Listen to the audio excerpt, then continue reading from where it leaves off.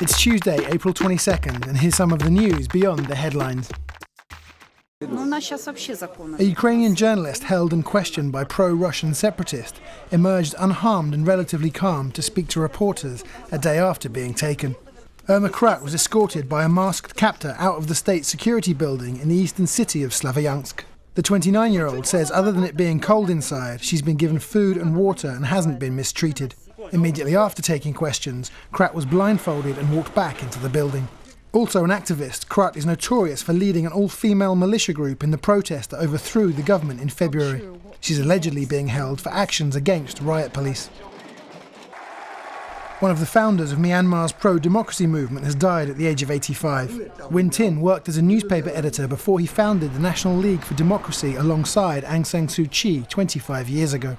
His activism ultimately turned him into the country's longest-serving political prisoner, after he spent 19 years mostly in solitary confinement. And even after his release in 2008, Win Tin continued to wear his blue prison shirt in support of those still in detention.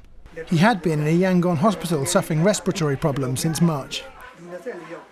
The basic living. A jihadist organisation that recruits British Muslims to fight in Syria posted a video that shows a man with a London accent giving a tour of his living quarters in the war-torn country.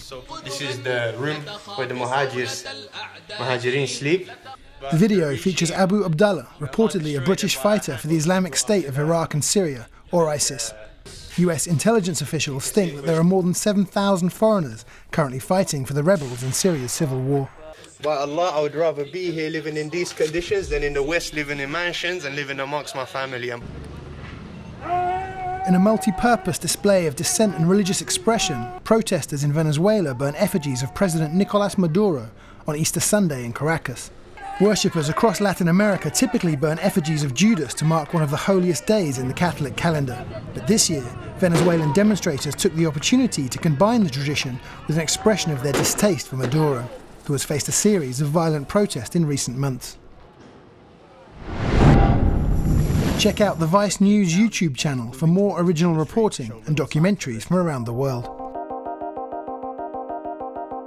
It's big risk, it's big stress. Why they do the private security in Cape Town is because someone is breaking a window of a car or someone is trying to break in somewhere, you know. Police, they can't afford to do. That's why they need private securities.